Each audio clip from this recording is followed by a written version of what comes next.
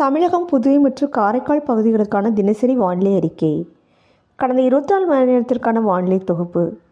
தமிழகம், புதுவை மற்றும் காரைக்கால் பகுதிகளில் வறண்ட வானிலை நிலவியது. வெப்பநிலை பற்றிய குறிப்பு. அதிகபட்ச வெப்பநிலையாக ஈரோட்டில் 34.4 டிகிரி செல்சியஸ் பதிவாகி உள்ளது. அடுத்த 7 தினங்களுக்கான வானிலை முன்னறிவிப்பு மற்றும் எச்சரிக்கை.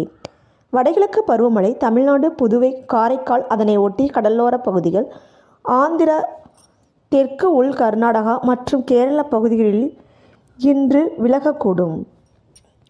14 மற்றும் 15ஆம் தேதிகளில் தமிழகம், புதுவை மற்றும் காரைக்கால் பகுதிகளில் வறண்ட வானிலை நிலவக்கூடும்.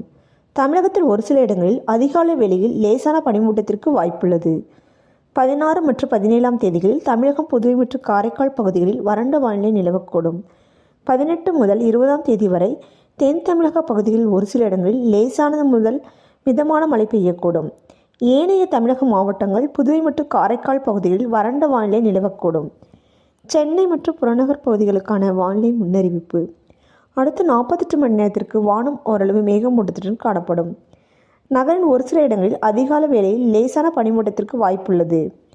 அதிகபட்ச வெப்பநிலையாக 30 to 31 டிகிரி செல்சியஸ் மற்றும் குறைந்தபட்ச வெப்பநிலையாக 23 டிகிரி செல்சியஸாக இருக்கக்கூடும். மீனவர்களுக்கான எச்சரிக்கை. 14ஆம் தேதியில் வடமேற்கு பூமத்திய ரேகையை ஒட்டிய இந்திய பெருங்கடல் மற்றும் அதனை ஒட்டிய தென்மேற்கு அரபிக்கடல் பகுதிகளில் சூறாவளி காற்று மணிக்கு 45 முதல் 55 கிலோமீட்டர் வேகத்திலும் இடையிடையே 65 கிலோமீட்டர் வேகத்திலும் வீசக்கூடும். மேற்குறிப்பிட்ட நாட்களில் மீனவர்கள் பகுதிகளுக்கு செல்ல வேண்டாம் என்று அறிவுறுத்தப்படுகிறார்கள்.